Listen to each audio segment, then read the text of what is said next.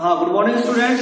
Class 10 का अपना जो चैप्टर चल रहा था 16 का पृष्ठीय क्षेत्रफल एवं आयतन।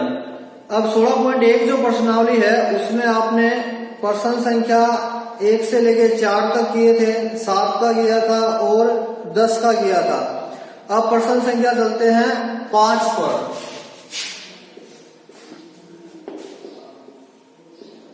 पृष्ठीय क्षेत्रफल व आयतन, ये है पार्ट 2 आपका। प्रश्न संख्या है आपका 5। तो देखिए, बगैर ढक्कन का एक बक्सा 3 सेंटीमीटर मोटी लकड़ी का बना हुआ है। एक बक्सा है वो 3 सेंटीमीटर मोटी लकड़ी का बना हुआ है और ढक्कन है नहीं उसके। इसकी बाहरी लंबाई 146 सेंटीमीटर, चौड़ाई 116 सेंटीमीटर और ऊंचाई 83 सेंटीमीटर है। तो देखो एक बार एक बक्सा बना लेते हैं। ये बक्सा है। अब इसको 3 सेंटीमीटर मोटी लकड़ी से बनाया गया है। 3 3 3 3। अब बाहरी जो लंबाई है वो 146 है, ठीक है। और जो ऊंचाई है इसकी कितनी है, 100, चौड़ाई है जो ऊंचाई है 83 है और जो चौड़ाई है इसकी वो कितनी है 116। तो मैं लिख देता हूं यहां पे बाहरी लंबाई बड़े एल से लिख देता हूं कितनी है 146 सेंटीमीटर, चौड़ाई 116 सेंटीमीटर, ऊंचाई 83 सेंटीमीटर बक्से की।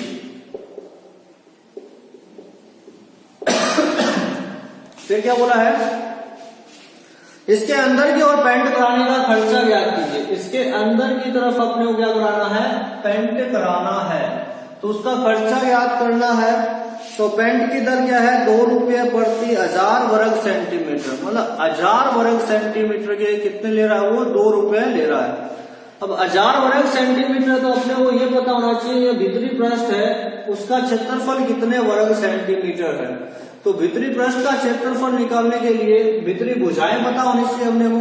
तो देखो यहाँ पे जो लंबाई है 146, तो देखो 3 सेंटीमीटर ये है, 3 सेंटीमीटर ये है, तो आपके पास में लंबाई आ जाएगी आपके अंदर की 3 और 3 6 माइनस करोगे, मतलब बक्से की भीतरी लंबाई जिसको मैं छोटे एल से निरूपित करता हूं, तो 146 माइनस 6 कितना हो जाएगा 140 सेंटीमीटर। इसी तरीके से चौड़ाई में भी मतलब क्या होगा, बक्से की जो चौड़ाई होगी वो कितनी है 116, 3 उस साइड से कम हो जाएगी, 3 दूसरी साइड से कम हो जाएगी, 6 कम हो जाएगी, कितना बच जाएगा आपका 110। और ऊंचाई आपका क्या है, भाई बक्सा खुला है तो ये तो खुला है तो ये तो आपकी जुड़ेगी नहीं, तो ऊंचाई में मतलब क्या, नीचे वाला 3 सेंटीमीटर आपका क्या है घटेगा ओनली। तो 83 माइनस 3 कितना हो जाएगा 80 सेंटीमीटर। तो एक बक्सा ले लेना उसको, या फिर एक गत्ता ले लेना उसको कट करके देख लेना आपके पास में, बाहर की लंबाई देख लेना, चौड़ाई देख लेना, ऊंचाई देख लेना और काट के देखोगे तो आपको क्या है पता चल जाएगा एक्चुअल में लंबाई क्या आएगी, भीतर की चौड़ाई कितनी आएगी और ऊंचाई क्या आएगी।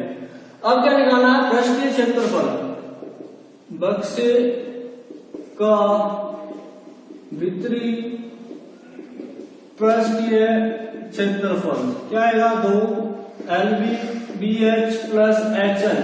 ये होगा कब, जब क्या है पूरा क्या घनाभाकार हो, लेकिन बक्सा क्या है ऊपर से फूला हुआ है, बक्सा क्या है ऊपर से फूला हुआ है। तो क्या लेंगे आप, यहाँ पे जो लंबाई गुणा चौड़ाई है ऊपर वाली वो नहीं आएगी, सिर्फ क्या है नीचे वाली लंबाई गुणा चौड़ाई आएगी।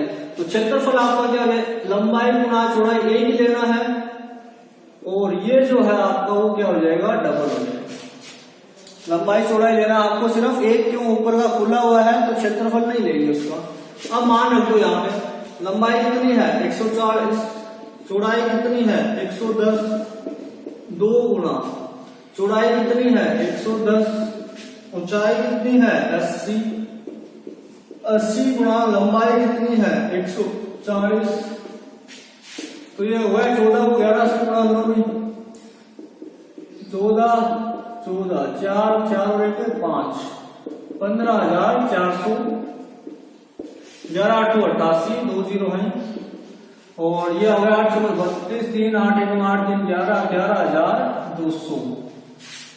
ये आ गया आपका 15,400 प्लस 2, इसको जोड़ो आप 0 0, 8 और 2 10 का 0, 1 हासिल 8 9 और 1 10 का 0, 1 20, 20,000 आ गया। तो 15,400 प्लस 20 दूनी 40, 40,000 आ गया यहाँ पे। तो 0 0, ये आ गया आपका 4 और ये बच गया 5 और ये 4 और 1 5, 55,400 वर्ग सेंटीमीटर क्या आ गया, क्षेत्रफल आ गया। अब क्या निकालना, खर्चा निकालना है। पेंट करने की दर 1000 वर्ग सेंटीमीटर पर पेंट करने का खर्चा कितना भाई, 2 रुपए। तो 1 वर्ग सेंटीमीटर पर पेंट करने का खर्चा 2/1000 रुपए, लेकिन कितना अपना क्षेत्रफल 55,400 पे करने का खर्चा 2/1000 गुना 55,400, 2 0 से 2 0 बढ़ गया, 2 5 10, 5 एकम 5, 5 एकम 5, 0.58 40, 110.8 रुपए आपको क्या लगेगा, पेंट करने का खर्चा लगेगा। ओके, अगला प्रश्न संख्या 6 है। ये घनाभ की लंबाई चौड़ाई और ऊंचाई का योग कितना है, 19 सेंटीमीटर है। दिया है लंबाई प्लस चौड़ाई प्लस ऊंचाई का योग कितना है, 19 है आपके पहला। फिर क्या बोला है, विकिरण की लंबाई 11 सेंटीमीटर है, तो घनाभ का संपूर्ण पृष्ठीय क्षेत्रफल ज्ञात करो। विकिरण की जो लंबाई है वो कितनी है, 11, और क्या ज्ञात क्या करना है, घनाभ का संपूर्ण पृष्ठीय क्षेत्रफल अपने को ज्ञात करना है। तो देखो यहां पे इसका जो हल है, देखो विकिरण आपका घनाभ का कितना दिया है, 11। तो विकिरण क्या होता है, √L का स्क्वायर, B का स्क्वायर, H का स्क्वायर बराबर 11। दोनों तरफ वर्ग करोगे तो 11 की स्क्वायर 121, ये बन गया आपकी समीकरण 2। अब ले लेते हैं समीकरण 1। क्या है, L plus B plus H बराबर 19। अब L की स्क्वायर, B की स्क्वायर, H की स्क्वायर कब आएगा, जब यहां पे वर्ग करोगे। तो दोनों तरफ वर्ग करने पर, तो देखो वर्ग करेंगे तो L plus B plus H का होल स्क्वायर बराबर 19 का होल स्क्वायर। तो यहां पे जो आइडेंटिटी है आपकी A plus B plus C की होल स्क्वायर लगेगी, क्या होती है, A की स्क्वायर, B की स्क्वायर, C की स्क्वायर, मतलब इनकी स्क्वायर, प्लस इन दोनों के गुणा का डबल मतलब 2LB, इन दोनों के गुणा का डबल 2BH, और इन दोनों के गुणा का डबल 2HL बराबर 19 की स्क्वायर होती है 361। अब देखो यहाँ पे मैं जो L square, B square, H square का जो मान है 121 मैं यहां पे रखता हूं। तो समीकरण 2 से ये जो मान है 121 मैंने इसकी जगह रखा, तो यहां आ गया 121 बराबर, सॉरी प्लस, इन सब में 2 कॉमन आ रहा है, तो 2 कॉमन ले लिया, क्या बच गया, LB plus BH plus HL बराबर में कितना है, 361। ये 121 उस साइड रह जाएगा, LB BH HL बराबर 361 माइनस 121। अब ये क्या होता है, घनाभ का संपूर्ण पृष्ठीय क्षेत्रफल। इसकी जगह मैं लिख सकता हूं घनाभ का संपूर्ण पृष्ठीय क्षेत्रफल बराबर कितना हो गया, 1 में से गया 0, 6 में से 2 गया 4, 3 में से गया 2, 240 वर्ग सेंटीमीटर। ये आपका संपूर्ण पृष्ठीय क्षेत्रफल आ चुका। हाँ तो देखो प्रश्न संख्या 8 का है आपका और प्रश्न संख्या 11 का है, दोनों में कॉन्सेप्ट एक जैसा है। तो मैं एक क्वेश्चन पढ़ा देता हूँ 8 का। 44 मीटर लंबी, 1.5 मीटर चौड़ी, 1.5 मीटर ऊंची और 35 सेंटीमीटर चौड़ी दीवार बनाने में 22 सेंटीमीटर गुणा 10 सेंटीमीटर गुणा 7 सेंटीमीटर माप की कितने ईंटों की आवश्यकता होगी। मतलब एक दीवार है, उसकी आपको पास में भुजाएं दे दी और एक ईंट की साइज दे दी, तो उस दीवार को बनाने में कितने ईंटों की आवश्यकता होगी। तो देखो दीवार की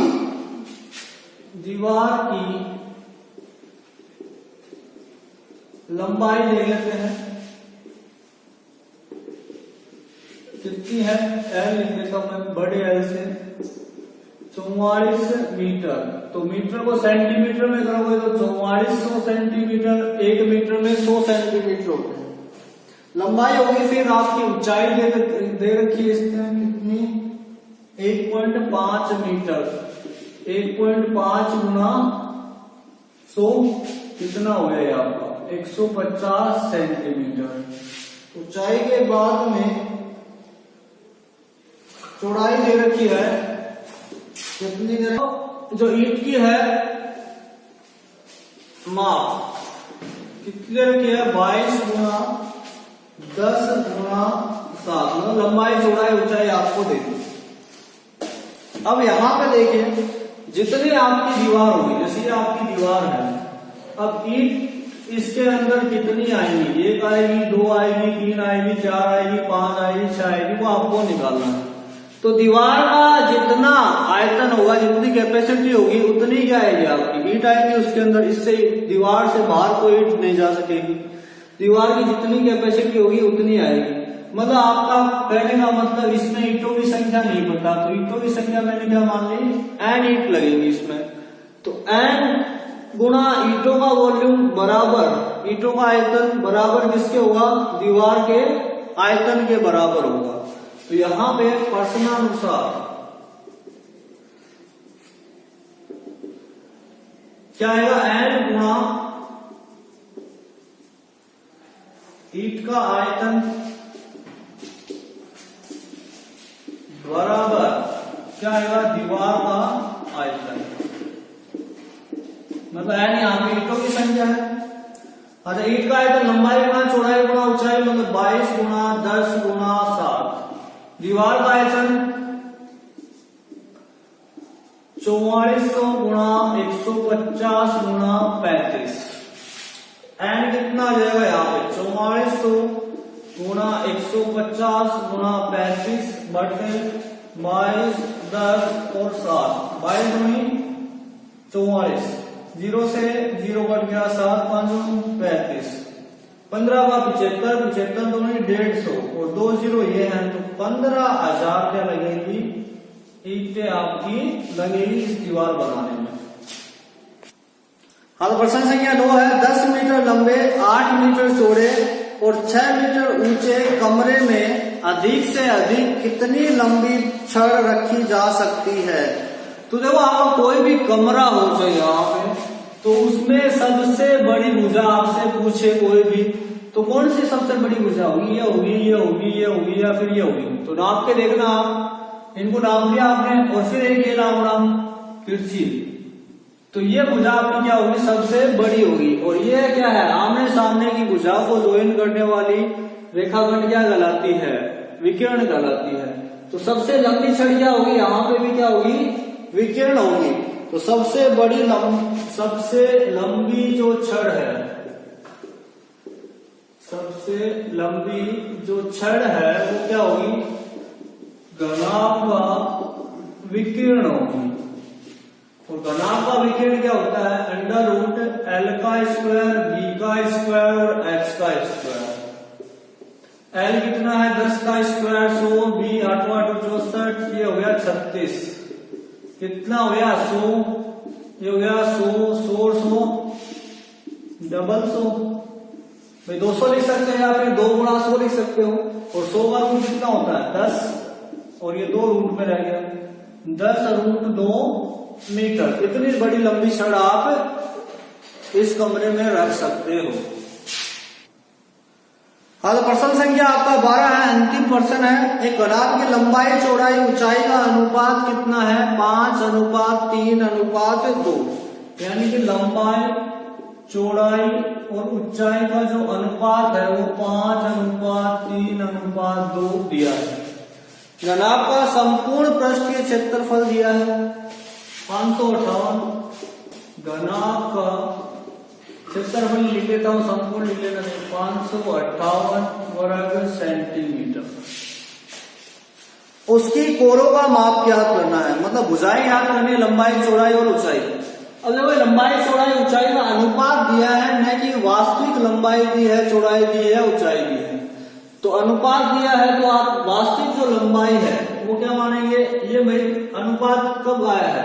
जब किसी एक संख्या से काटा गया उसको, वो संख्या अपने को मालूम है नहीं, तो ये किसी न किसी एक संख्या की गुणज है, तो वो गुणज मान लिया मैंने x। तो लंबाई, वास्तविक लंबाई 5x, चौड़ाई 3x, ऊंचाई आपकी हुई 2x। तो माना घनाभ की लंबाई L आपकी हो गई 5x, चौड़ाई हो गई आपकी 3x और ऊंचाई हो गई आपकी 2x। अब क्षेत्रफल आपने वो कितना दे रखा है? 558 दे रखा है। तो क्षेत्रफल होता है 2LB BH HL बराबर 558। तो मान रखिए इसमें L कितना है? 5x B 3x plus 3x H 2x H 2x L 5x बराबर 558। ये 2 चला जाएगा वहां पे भाग में, तो ये बचेगा 5 दिया 15। x को x से करोगे x का स्क्वायर, 3 दूनी 6, x को x से किया x स्क्वायर, 2 5 10 x स्क्वायर, और इसको 2 से भाग किया, 2 दूनी 4, 1 बच गया, 2 7 14, 1 बच गया, 2 नी में 18। तो देखो यहाँ पे गलती होती है, x को x से करते हैं तो x का स्क्वायर आता है, गलती से x लिख देते हैं, कभी इसका जरूर ध्यान में रखना हमेशा। ये 2 भाग में चला गया तो 279 आ गया। अब इनको जोड़ लो, 15 और 10 25 और 6 कितना हो गया? 31x स्क्वायर बराबर 279। अब x स्क्वायर का मान कितना आ गया? 279/31। तो 9 एकदम 9 9 27, 9 से कट गया x स्क्वायर, x बराबर कितना आएगा? √9। x का मान कितना आ गया? 3। x का मान आ गया, लंबाई देख लो कितना आ गया? 5 है, 5 × 3 मतलब 15 सेंटीमीटर। चौड़ाई 3 × 3, 3 की 9 सेंटीमीटर। ऊंचाई 2 × 3 मतलब 6 सेंटीमीटर। तो ये आपकी आ गई घनाभ की कोण। तो ये क्वेश्चन हमारा आपकी 16.1 खत्म होती है यहाँ पे। ओके।